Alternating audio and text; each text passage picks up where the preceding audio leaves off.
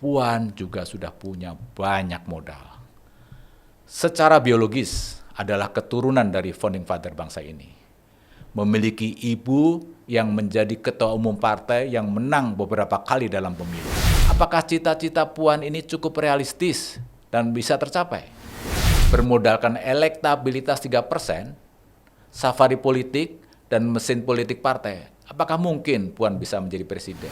Rasa-rasanya sangat sulit, sekalipun ada adigium di politik, segalanya mungkin bisa terjadi. Namun bila Puan maju sebagai cawapres, peluang ini masih ada. Karena figur cawapres bukan menjadi titik sentral keterpilihan pasangan capres dan cawapres.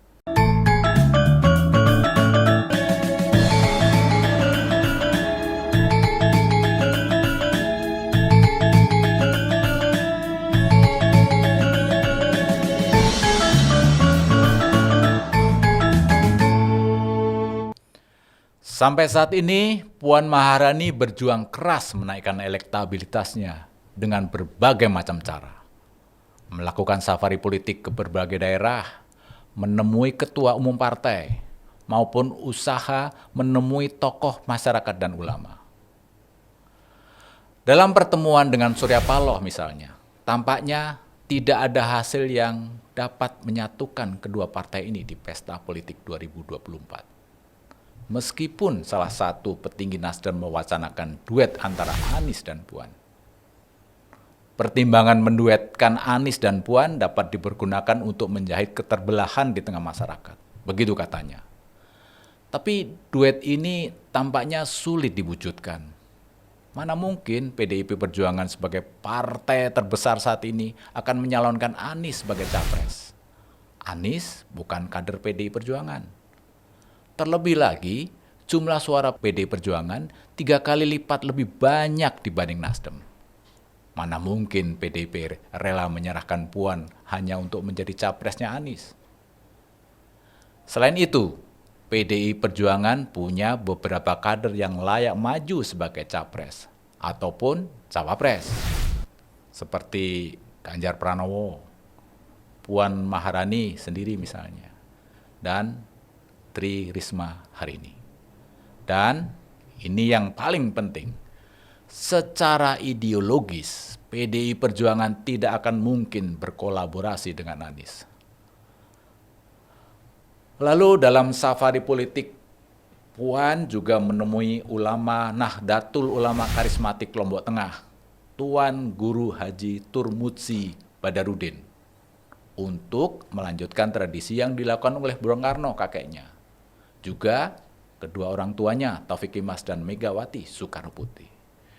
Silaturahmi politik dan mohon doa restu sudah menjadi tradisi politik di Indonesia. Kegiatan politik lainnya yang dilakukan oleh Puan pada tanggal 25 Agustus 2022, Puan menemui 8.000 kader Serikandi PDIP di Lampung Selatan, di mana Puan mengatakan 2024 dengan penuh keyakinan akan ada perempuan yang menjadi presiden. Kemudian, tanggal 4 September kemarin, Puan juga menyambangi Prabowo Subianto, Ketua Umum Partai Gerindra. Relasi kepartean antara Gerindra dan PDI Perjuangan sudah sangat baik. Itu sudah teruji. Dalam soal berkoalisi juga bukan barang baru. Fenomena Jokowi saat maju di Pilkada DKI Jakarta itu sebagai bukti hubungan kedua partai ini sudah sangat baik. Bahkan di Kongres PDI Perjuangan pada tahun 2019 di Bali, Megawati sudah membangun sinyal-sinyal akan berkoalisi dengan Gerindra dan mendorong Prabowo maju sebagai capres di Pilpres 2024. Bahkan duduk Prabowo pun bersebelahan dengan Ma'ruf Amin, wakil presiden terpilih. Di saat kongres itu juga Prabowo duduk dipisahkan dari undangan penting di jajaran ketua partai politik. Itu berarti pasang surut hubungan antara Prabowo dan Megawati bukan menjadi isu penting. Karena pasang surut relasi dan hubungan mereka sesungguhnya baik-baik saja. Bila Puan sumringah saat bertemu dengan Prabowo di awal September ini, dapat diartikan Puan nyaman berduet dengan Prabowo. Coba saja kita bandingkan saat bertemu dengan Surya Paloh. Pertanyaan yang diajukan oleh Puan adalah, mengapa Nasdem memilih Ganjar Pranowo sebagai salah satu kandidat? Bukan menyampaikan pernyataan peluang positif berkoalisi dengan Partai Nasdem. Dan masih banyak lagi anjang sana politik yang dilakukan Puan agar cita-citanya dan cita-cita partainya terwujud. Dan jangan lupa loh, mesin politik juga terus bergerak dan merapatkan barisan, itu istilah PDIP, agar jalan Puan semakin lapang. Ini usaha dan kerja keras yang layak diacungi jempol.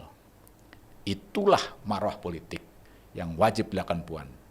Berkampanye, melakukan persuasi kepada masyarakat, pendekatan kepada masyarakat, menunjukkan diri supaya layak dijadikan pemimpin.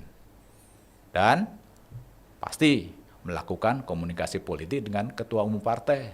Sebagai kesadaran di Indonesia, pentingnya berkoalisi dan tidak mungkin menjalankan roda pemerintahan hanya bermodal satu partai pemenang saja. Puan juga sudah punya banyak modal. Secara biologis adalah keturunan dari founding father bangsa ini. Memiliki ibu yang menjadi ketua umum partai yang menang beberapa kali dalam pemilu. Puan juga memegang jabatan mentereng sebagai ketua lembaga legislatif. Tetapi apakah cukup mumpuni untuk maju sebagai capres? Apakah cita-cita Puan ini cukup realistis dan bisa tercapai? Mari kita bahas. Seperti apa peluang Puan untuk maju sebagai calon presiden di Pilpres mendatang. Kita awali dari elektabilitasnya. Hasil survei dari berbagai lembaga survei saja, Puan masih berkisar antara 1-3%. Memang waktu masih sekitar 1,5 tahun menuju Pilpres. Tapi apakah Puan mampu mengejar ketertinggalannya dibanding Ganjar, Prabowo, dan Anies? Kalaupun mampu, langkah apa yang sudah dilakukan Puan? Bukankah langkah Puan terbatas pada silaturahmi politik, statement-statement politik yang tidak juga mampu mendongkrak elektabilitasnya? Apalagi kalau soal seperti ini, dibandingkan sepak terjang Ganjar dan Anies yang nyaris setiap saat melakukan manuver demi menjaga dan menaikkan elektabilitasnya. Hal lain lagi, Indonesia sudah dapat menerima seorang perempuan menjadi wali kota, menjadi gubernur. Tetapi sampai saat ini, masyarakat belum cukup yakin bila Indonesia dipimpin oleh seorang perempuan. Itu fakta. Mau bukti? Perjalanan Megawati menjadi presiden juga nyaris tidak tercapai. Kala itu, sangat ironis. Megawati sebagai ketua umum partai pemenang akhirnya harus mengakui Gus Dur sebagai presiden memenangi voting yang dilakukan oleh MPR.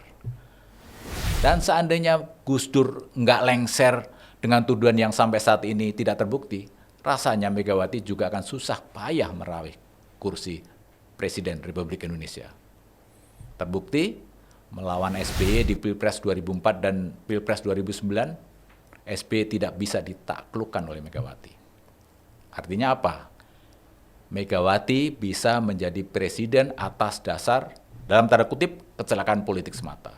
Hal lain lagi, Megawati bisa menjadi presiden hanya ditentukan oleh beberapa ratus anggota MPR.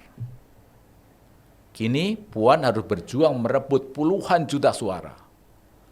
Bermodalkan elektabilitas 3%, safari politik, dan mesin politik partai, apakah mungkin Puan bisa menjadi presiden? Rasa-rasanya sangat sulit, sekalipun ada adigium di politik, segalanya mungkin bisa terjadi. Namun bila Puan maju sebagai cawapres, peluang ini masih ada. Karena figur cawapres bukan menjadi titik sentral keterpilihan pasangan capres dan cawapres. Selain itu, bila Puan bersedia menjadi cawapres, koalisi PDIP dan Gerindra semakin besar peluangnya dapat terwujud. Ada yang mau komentar? Silahkan komentar di kolom komentar channel ini.